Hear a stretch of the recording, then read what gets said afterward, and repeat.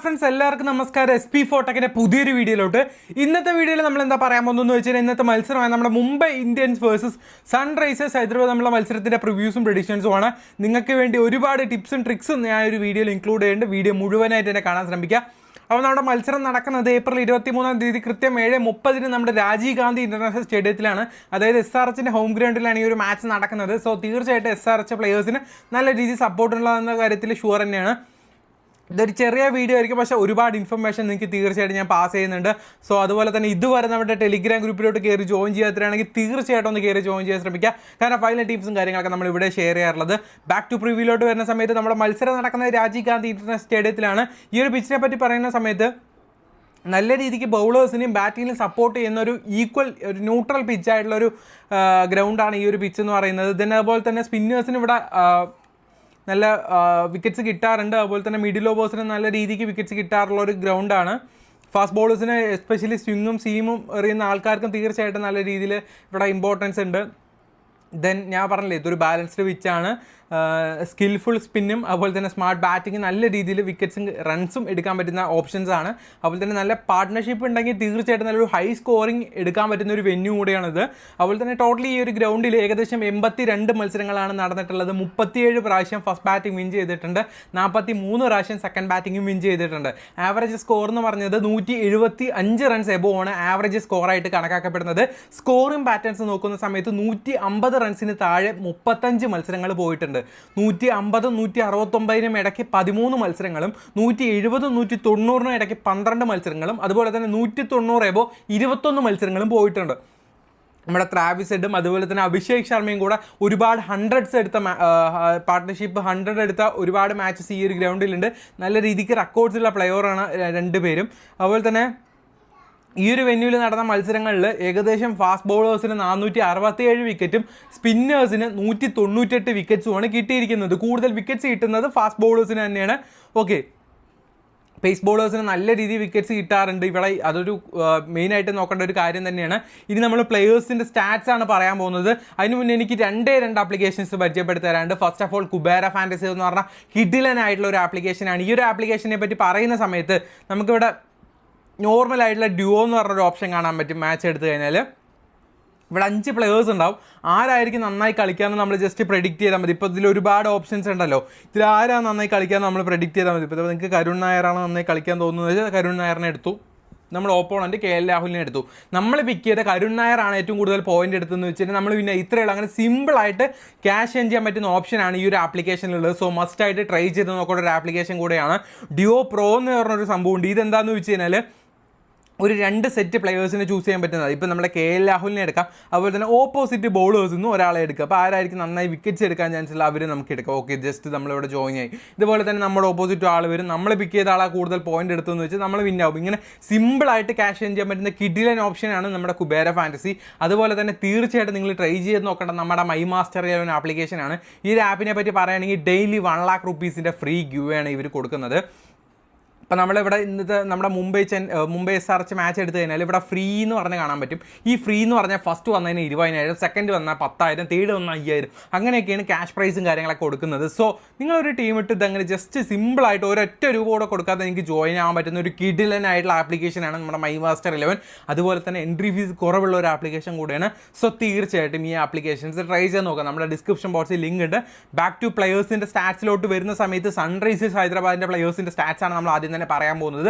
Travis head, അദ്ദേഹത്തെ പറ്റി പറയുന്ന സമയത്ത് റീസെൻ്റ് ആയിട്ട് നല്ല കുഴപ്പമില്ലാത്തൊരു ആവറേജ് ഫോമിൽ വരുന്ന ഒരു പ്ലെയറാണ്.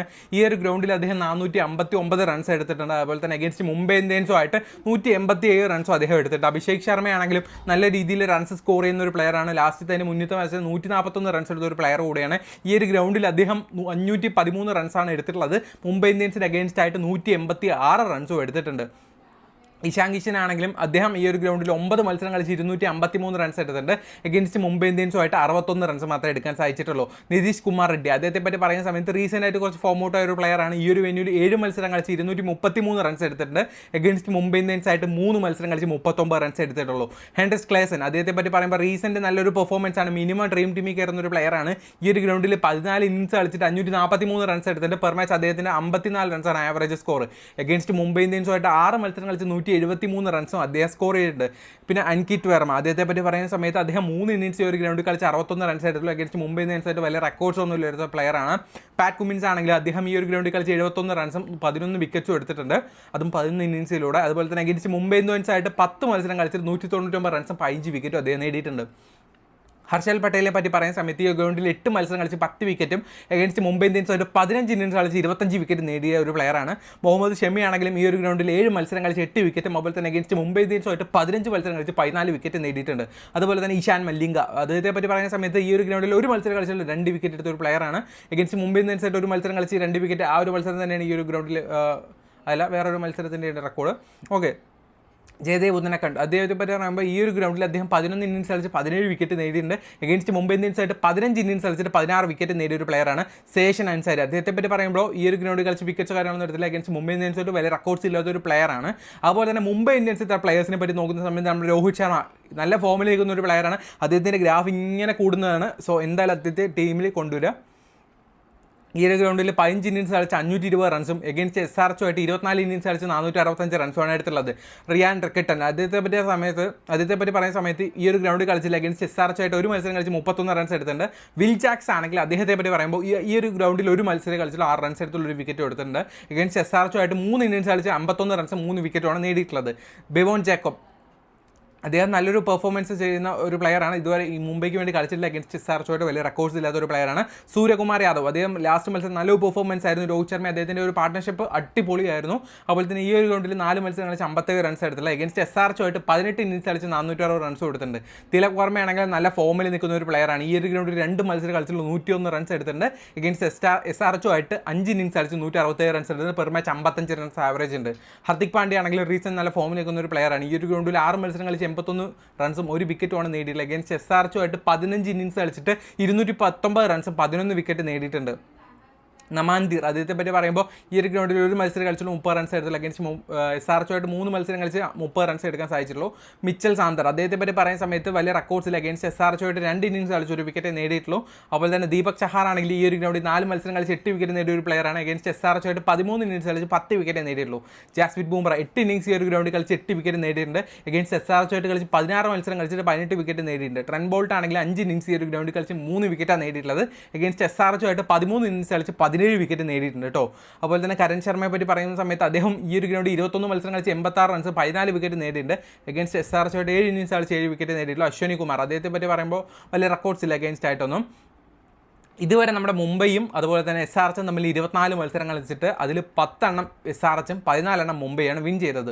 സോ അത്രേ ഉള്ളൂ. നമ്മൾ എല്ലാ പ്ലേയേഴ്സിൻ്റെ സ്റ്റാറ്റ്സ് പറഞ്ഞിട്ടുണ്ട്. ഇനിയിപ്പോൾ നമ്മൾ ജസ്റ്റ് ഒരു പ്രിവ്യൂ ടീം നിങ്ങൾക്ക് വേണ്ടി ക്രിയേറ്റ് ചെയ്ത് തരികയാണ് നമ്മുടെ മുംബൈ ഇന്ത്യൻസ് വേഴ്സസ് SRH തമ്മിലുള്ള മത്സരത്തിന്. ഓക്കെ, അതിനായിട്ട് നമ്മൾ കുബേര ഫാൻറ്റസി ആപ്ലിക്കേഷനാണ് യൂസ് ചെയ്യുന്നത്. സോ ഫസ്റ്റ് ഓഫ് ഓൾ നമ്മൾ നമ്മുടെ ഹെൻറിസ് ക്ലേസൺ അതുപോലെ തന്നെ റിക്കൽട്ടൺ രണ്ടുപേരെയും മസ്റ്റ് പിക്കായിട്ട് ഇൻക്ലൂഡ് ചെയ്യുക. അതുപോലെ തന്നെ ജാസ്പ്രീത് ബുംറ അതുപോലെ തന്നെ പാറ്റ് കുമിൻസ് രണ്ടുപേരെ നമ്മൾ കൊണ്ടുവന്നിട്ടുണ്ട്. അതുപോലെ തന്നെ ദീപക് ചഹാറിന് ഈ ഒരു ഗ്രൗണ്ടിൽ നല്ല റെക്കോർഡ്സ് ഉണ്ട്. അദ്ദേഹത്തിന് നമ്മുടെ ടീമിലോട്ട് ഇൻക്ലൂഡ് ചെയ്യാൻ ശ്രമിക്കുക. അതുപോലെ തന്നെ ഹർദിക് പാണ്ഡ്യ അതുപോലെ തന്നെ അഭിഷേക് ശർമ്മേനെ നമ്മുടെ ടീമിലോട്ട് കൊണ്ടുവരിക. അതുപോലെ തന്നെ നമ്മുടെ നമ്മുടെ ട്രാവിസ് ഹെഡും അതുപോലെ തന്നെ സൂര്യകുമാർ യാദവും രോഹിത് ശർമ്മയും തിലക് വർമ്മയും 3 ആളെ നമ്മുടെ ടീമിലോട്ട് കൊണ്ടുവരേണ്ടതായിട്ടൊരു ആവശ്യമുണ്ട്. സോ കാരണം നമ്മുടെ SRHിൽ നിന്ന് നല്ല വിക്കറ്റ് വരാനുള്ള ചാൻസസ് കൂടുതലാണ്. ഓക്കെ, നമ്മുടെ ടീം നോക്കുന്ന സമയത്ത് ഇതിൽ ക്യാപ്റ്റൻ VC കൊടുക്കാൻ നല്ലൊരു ഓപ്ഷൻ എന്ന് ചോദിച്ചു കഴിഞ്ഞാൽ സൂര്യകുമാർ യാദവ് നല്ലൊരു ഓപ്ഷനാണ് ക്യാപ്റ്റൻസിക്ക്. വൈസ് ക്യാപ്റ്റൻസി തീർച്ചയായിട്ടും ഞാൻ നമ്മുടെ ഹർദിക് പാണ്ഡ്യയാണ് പറയുന്നത്. സോ നിങ്ങൾക്ക് വേണമെങ്കിൽ വിൽ ജാക്സിനെ നമ്മുടെ ടീമിലോട്ട് കൊണ്ടുവരണമെങ്കിൽ കൊണ്ടുവരാം. അപ്പോൾ ജസ്റ്റ് ഒരു പ്രിവ്യൂ ടീം ഞാൻ ഇവിടെ ക്രിയേറ്റ് ചെയ്ത് തന്നിട്ടുണ്ട്.